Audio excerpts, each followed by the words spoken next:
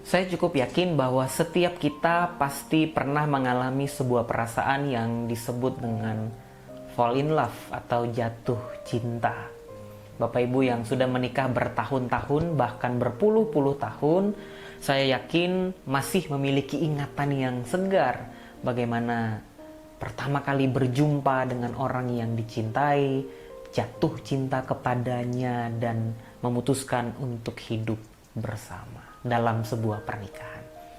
Rasanya setiap hari dilewati dengan penuh kebahagiaan dan sukacita bagi orang yang sedang jatuh cinta. Gak ada uang, tidak masalah. Gak makan, gak masalah. Yang penting berjumpa dengan orang yang dicintai. Itu sudah lebih daripada cukup memberikan kebahagiaan kepada mereka yang sedang jatuh cinta. Nah, biasanya perasaan jatuh cinta itu hanya berlangsung 3-4 bulan.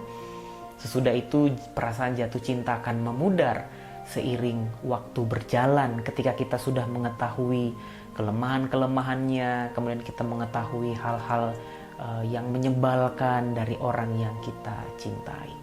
Karena jatuh cinta itu berarti kita melihat hal yang ingin kita lihat.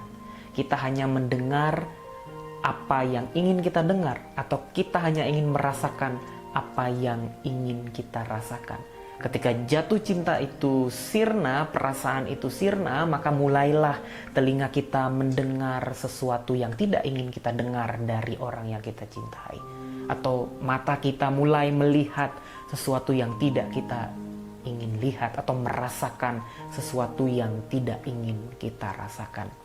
Dan pada akhirnya yang tersisa hanyalah komitmen bersama. Bapak Ibu yang sudah menikah puluhan tahun, bukan karena jatuh cinta perasaan pertama berjumpa dengan orang yang dicintai, tetapi karena komitmen bersama.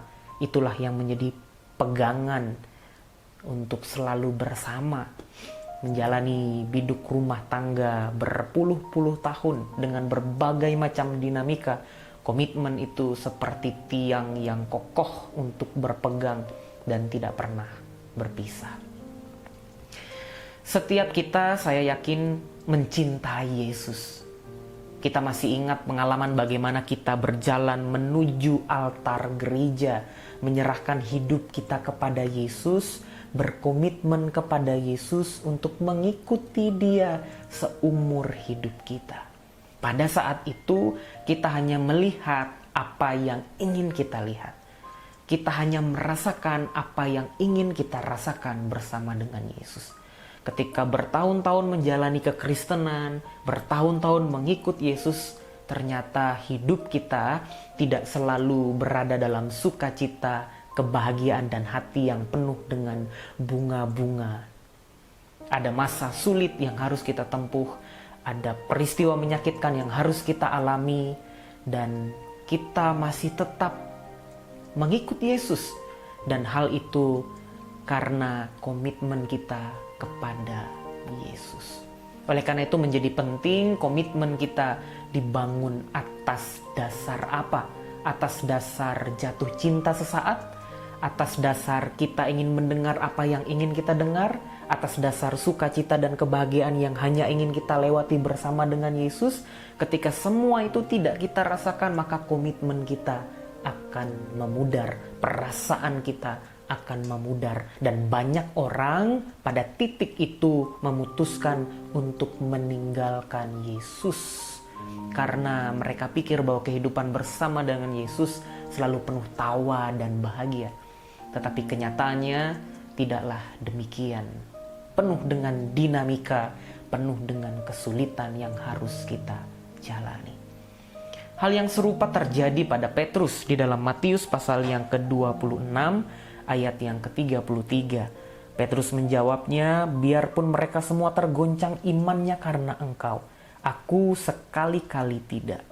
Yesus berkata kepadanya, aku berkata kepadamu, sesungguhnya malam ini sebelum ayam berkokok, engkau telah menyangkal aku 3 kali. Petrus jatuh cinta dengan Yesus. Petrus mencintai Yesus. karena hal-hal besar yang pernah ia alami. Petrus hanya melihat mujizat-mujizat, pertolongan-pertolongan, sukacita dan kisah-kisah heroik yang pernah ia alami bersama dengan Yesus. Dan celakanya Petrus menjadikan itu dasar komitmennya kepada Yesus. Ketika malam terakhir itu terjadi, ketika Yesus ditangkap, ketika Yesus disesah, bahkan ketika Yesus disalib, Petrus meninggalkan Yesus. Petrus menyangkal Yesus. Karena Petrus mendasari imannya, mendasari komitmen dan cintanya itu pada dasar yang rapuh, pada sukacita, pada sesuatu yang ingin ia lihat saja, pada perasaan yang hanya ingin ia rasakan. Ketika semua itu hilang, ketika semua itu sirna, maka sirna pulalah cinta dan komitmen Petrus kepada Yesus.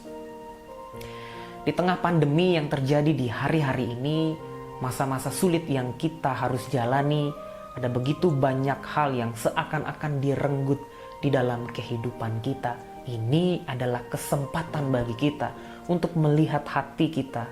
Apakah komitmen kita dibangun pada cinta yang benar, pada perasaan yang ingin selalu bersama dengan Yesus dalam segala situasi. Kita tidak hanya mendasarkan komitmen kita pada pengalaman-pengalaman yang baik bersama Yesus saja. Kita tidak hanya mendasari iman dan komitmen kita pada mujizat-mujizat yang pernah kita alami saja. Kalau itu yang terjadi, maka sangat mudah kita kehilangan keseimbangan di masa-masa pandemi yang terjadi. Oleh karena itu, mari kita berefleksi, kemudian kita melihat apakah kita membangun komitmen dan cinta kita pada dasar yang benar. Apakah hati kita ingin terus-menerus dekat kepada Yesus apapun yang kita dengar? Apakah hati kita ingin selalu lekat kepada Yesus? Apakah kaki kita ingin senantiasa mengikut Yesus kemanapun ia melangkah, dimanapun ia berada, baik dalam suka, dalam kebahagiaan, maupun dalam duka dan kesengsaraan. Ketika kita mendasari komitmen dan cinta kita pada sesuatu yang benar, pada keinginan kita untuk senantiasa ikut Yesus dalam segala kondisi, bukan kondisi yang baik saja, tetapi pada segala kondisi, maka di tengah-tengah pandemi ini, di tengah-tengah situasi yang sulit yang menghimpit kita, kita akan senantiasa berpegang pada komitmen itu, yang tidak akan pernah membuat kita jatuh ketika kita mendasari cinta dan komitmen kita pada Yesus. Kiranya renungan di hari ini memberikan kekuatan dan berkat bagi kita di hari ini. Silakan berdoa, nanti saya akan tutup dalam doa bersama. Silakan. Mari kita berdoa. Tuhan Yesus, kami bersyukur di hari ini kami diingatkan mengenai cinta dan komitmen kami kepadamu. Hari ini kami ingin memperbaharui cinta dan komitmen kami. Kami ingin mengevaluasinya, apakah selama ini kami mengikut Yesus hanya dalam kondisi yang menyenangkan saja, tetapi kami meninggalkan Yesus ketika badai menerpa kami. Tolonglah kami ya Roh Kudus agar kami senantiasa mengikut Yesus, senantiasa lekat kepada Yesus dalam segala kondisi.